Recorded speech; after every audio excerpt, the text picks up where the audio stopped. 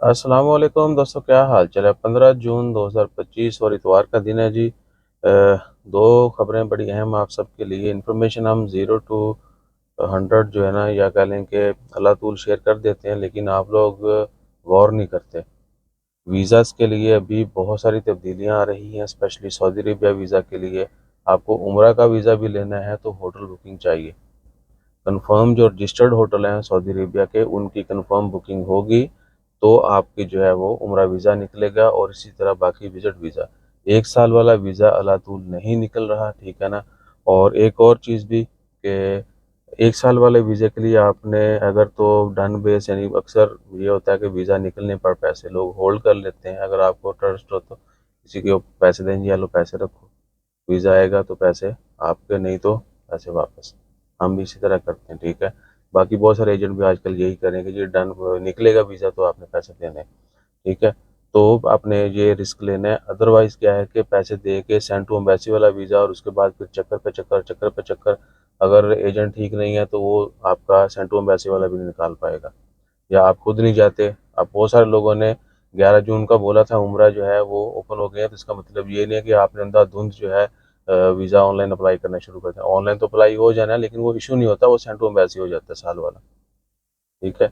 Even के उम्रा वाले भी जिन लोगों ने खुद किए हैं ना, वो सारे उधर। तो होटल बुकिंग लाजमी है। न्यूज़पेपर में ये चीज़ इन्होंने पब्लिश की हुई है सऊदी गवर्नमेंट ने, ठीक है ना।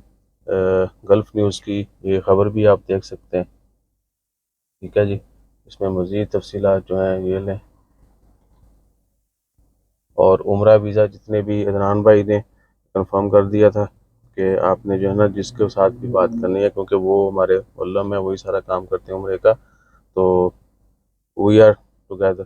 तो उन्होंने कहा जी कि किसी को ये ना हो कि आप बताएं नहीं, पहले से बताना ज़रूरी है। और भी काफ़ी सारी तब्दीलियां हैं। तो उम्रा वीज़ा के हवाले से आपने बेहतर सोच समझ के बाद ही जो है ना आहू करनी है। और अब ओनली उम्रा वीज़ा आप हासिल नहीं कर सकते, ना अकेले सफ़र कर सकते। आइंदा सारा निज़ाम ग्रुप सिस्टम के तहत मातहत होगा। जो उम्रा के लिए जाते हैं ना, तो वो ग्रुप सिस्टम है आहू, यानी जो भी उम्रा एजेंट के साथ आप जाएंगे। और बायोमेट्रिक लाजमी है जी, उम्रा के लिए भी लाजमी कर दी गई है। गैर रजिस्टर्ड होटल में रुकना गैर कानूनी सफ़र होगा, भारी जुर्माना होता है।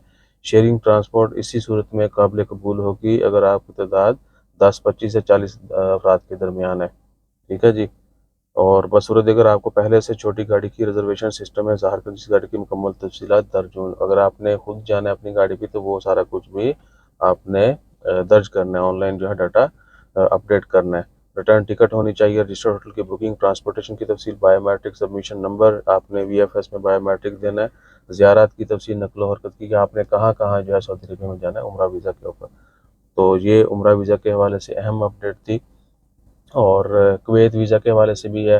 भैया जी, फेक तुम डॉक्यूमेंट लगाओगे, वो आप सही अपलोड ही नहीं करते। अक्सरियत जो है वो उनको पता ही नहीं है, ठीक है ना।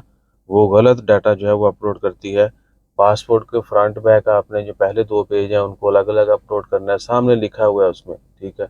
उसके बाद बर्थ सर्टिफिकेट जहाँ पे मांगा गया वहाँ पर पाकिस्तान का CNIC देना है, ठीक है जी। वो PDF में चाहिए। और उसके बाद ओमान का बताका, ठीक है। सिविल ID जो है वो आपने नहीं देनी, वो उन लोगों ने देनी जो पहले से वहाँ पे रह के आ चुके हैं। उनका पुराना ID अगर है पता का, उसका कुवैत का, तो है। ये 5 चीज़ें हैं, इनमें से 4 हर बंदे ने अपलोड करनी है, बेशक वो कहीं पे भी है GCC में। तो बाकी अल्लाह हाफिज़। फिर क्या कह सकते हैं, इतना भी आप कहते हैं कि खीर बनी बनाई जड़ी ना खिला भी दो, ऐसा नहीं होता। चीज़ें समझा करें, देखा करें, ना समझ आए तो पूछ लें। अंधाधुंध गलतियाँ कर कर के सब, अब वीज़ा एप्लीकेशन रिजेक्ट हो गई है।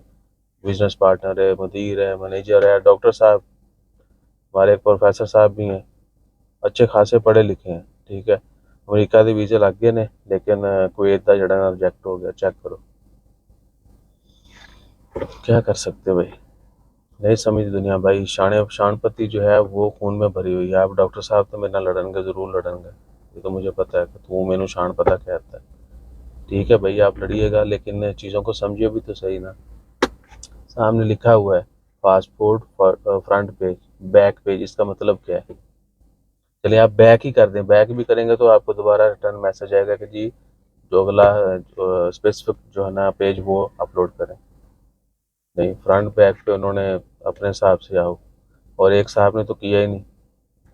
बहरहाल ये गलतियां जो हैं आपने ऑनलाइन देख के सोच समझ के काम करना है, दैट्स ऑल। और जहां हमारी ज़रूरत होगी वहां पे आपको किरदार है मुसादा मुसादा दोनों तरफ होना चाहिए। जज़ाकल्लाह, अल्लाह हाफिज़।